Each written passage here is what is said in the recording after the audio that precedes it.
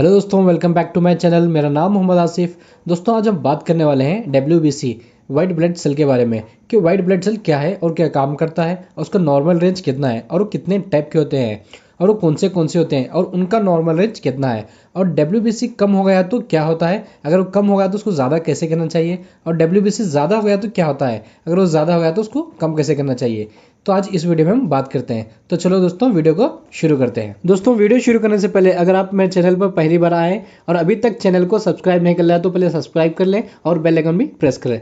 तो दोस्तों, सबसे पहले हम बात करते हैं WBC क्या है। दोस्तों, WBC का फुल फॉर्म है वाइट ब्लड सेल और इसको लाइकोसाइट्स भी कहा जाता है और इसको सोल्जर ऑफ द बॉडी भी कहा जाता है। WBC में हीमोग्लोबिन नहीं रहता तो इसलिए वो व्हाइट कलर का होता है। वो व्हाइट कलर का होता है इसलिए उसको व्हाइट ब्लड सेल कहा जाता है। WBC को बोन मैरो प्रोडक्शन करता है और इसमें न्यूक्लियस भी रहता है तो इसलिए वो डिवाइड भी हो सकता है और WBC की लाइफ 4 दिन तक वो जिंदा रहता है। दोस्तों, इसके बाद हम बात करते हैं WBC क्या काम करता है। दोस्तों, WBC हमारे इम्यून सिस्टम का एक पार्ट है जो हमारी बॉडी के अंदर एंटीबॉडीज को तैयार करता है और जो भी हमारी बॉडी के अंदर इन्फेक्शन अटैक करता है उसको खत्म करता है, जैसे वायरल इन्फेक्शन, बैक्टीरियल इन्फेक्शन या कोई वायरस या कोई डिसीज, इन सबको WBC खत्म करता है। दोस्तों, इसके बाद हम बात करते हैं WBC का नॉर्मल रेंज कितना है। दोस्तों, WBC का नॉर्मल रेंज आदमियों में 5000 से लेकर 10,000 पर माइक्रोलीटर तक होता है और औरतों में 4500 से लेकर 11000 पर माइक्रोलीटर होता है और बच्चों में 5000 से लेकर 11000 पर माइक्रोलीटर होता है। दोस्तों, इसके बाद हम बात करते हैं WBC कितने टाइप्स के हैं और उनके नाम क्या है।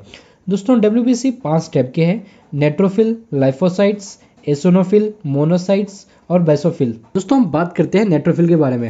दोस्तों, नेट्रोफिल हमारी बॉडी में जितना WBC होता है उसमें से 40 से लेकर 70% नेट्रोफिल ही होता है। अगर आपका नेट्रोफिल 70% से ज़्यादा है तो उसको नेट्रोफिलिया कहते हैं और अगर आपका नेट्रोफिल 40% से कम है तो उसको नेट्रोफिनिया कहते हैं। अगर किसी को इंजरी हो गई या कोई इन्फेक्शन हो गया तो उसमें नेट्रोफिल बढ़ जाता है। अगर किसी को HIV डिसीज हो गई या लुकेमिया कैंसर हो गया या कोई कीमोथेरेपी ले रहा है तो उसमें नेट्रोफिल कम हो जाता है। दोस्तों, अब बात करते हैं लाइफोसाइट्स के बारे में। दोस्तों, लाइफोसाइट्स हमारी बॉडी में जितना WBC होता है उसमें से 20 से लेकर 40% लाइफोसाइट्स होता है। दोस्तों, लाइफोसाइट्स हमारी बॉडी में एंटीबॉडीज को तैयार करता है और डायरेक्ट माइक्रो ऑर्गेनिज्म को किल करता है। दोस्तों, लाइफोसाइट्स अगर 40% से ज़्यादा है तो उसको लाइफोसाइटिस कहते हैं और 20% से कम है तो उसको लाइफोफिनिया कहते हैं। दोस्तों, किसी को वायरल इन्फेक्शन होता है या HIV होता है या हेपेटाइटिस की बीमारी होती है या ट्यूबरकुलोसिस होता है या ALL या CLL कैंसर होता है तो इसमें लाइफोसाइट्स बढ़ जाता है। और खाना सही नहीं खाने से और स्टेरॉइड ज़्यादा लेने से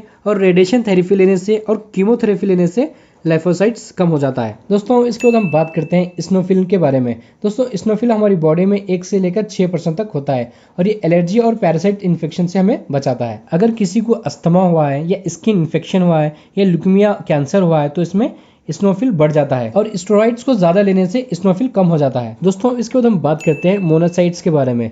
दोस्तों, मोनोसाइट्स हमारी बॉडी में 2% से लेकर 10% तक होता है। दोस्तों, अगर मोनोसाइट्स हमारी बॉडी में 2% से कम होता है तो उसको मोनोसाइटोफिनिया कहते हैं और अगर मोनोसाइट्स 10% से ज़्यादा होता है तो उसको मोनोसाइटोसिस कहते हैं। दोस्तों, मोनोसाइट्स हमारी बॉडी में बैक्टीरियल इन्फेक्शन और फंगाई से फाइट करता है। दोस्तों, अगर कोई हाई स्ट्रेस ले रहा है मेंटली हो या फिजिकली, इसमें मोनोसाइट्स ज़्यादा होता है और ल्यूकेमिया कैंसर में भी मोनोसाइट्स ज्यादा होता है। दोस्तों, WBC ज्यादा होने से लुकेमिया हो जाता है। लुकेमिया को ही कैंसर कहते हैं तो आपको अच्छे से समझ में आए इसलिए मैं लुकेमिया कैंसर बोल रहा हूँ। दोस्तों, मोनोसाइट्स कीमोथेरेपी लेने से कम हो जाता है। दोस्तों, इसके बाद हम बात करते हैं बेसोफिल्स के बारे में। दोस्तों, बेसोफिल्स का नॉर्मल रेंज है 0.3% और बेसोफिल्स हमारी बॉडी में एलर्जिक रिएक्शन को कम करता है। दोस्तों, इसके बाद हम बात करते हैं WBC कम क्यों होता है और कम होने से क्या हो सकता है। दोस्तों, अगर WBC कम है तो उसको ल्यूकोफिनिया कहते हैं। दोस्तों, अगर बोन मैरो में कोई प्रॉब्लम है तो WBC कम हो सकता है और अगर आप कीमोथेरेपी ले रहे हैं या रेडिएशन थेरेपी ले रहे हैं तो इसमें भी WBC कम होता है। और अल्कोहल ज़्यादा पीने से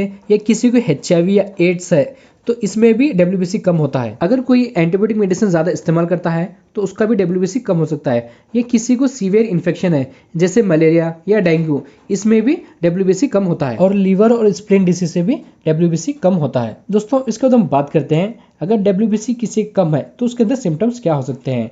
अगर WBC कम होने से फीवर कम ज़्यादा आता है और पेशाब में जलन होती है और पेशाब में दर्द होता है और पेशाब ज़्यादा आता है और खांसी आती है और सांस लेने में भी तकलीफ होती है और सर्दी होती है, सर्दी से पूरी नाक बंद हो जाती है और उसको स्किन इन्फेक्शन भी हो सकता है। अगर किसी में ये सिम्टम्स नजर आ रहे हैं तो उनमें WBC कम हो सकता है। दोस्तों इसके बाद हम बात करते हैं अगर किसी में WBC कम है तो उसको कैसे बढ़ाना चाहिए।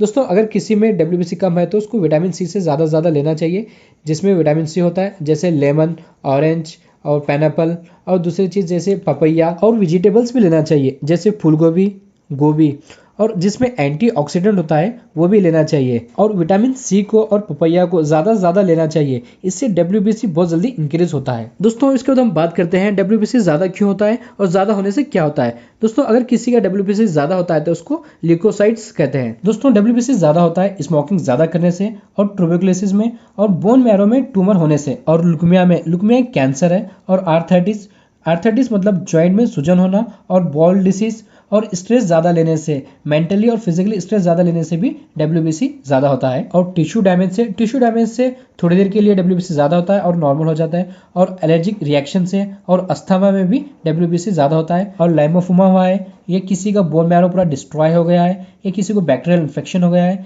या कोई ज़्यादा एक्सरसाइज करते हैं, या किसी का इम्यून सिस्टम पूरा डिस्ट्रॉय हो गया है, या किसी को इंजरी हो गई, तो इन सब में WBC ज़्यादा होता है। दोस्तों इसके बाद हम बात करते हैं अगर WBC ज़्यादा हुआ है तो उसको कम कैसे करें।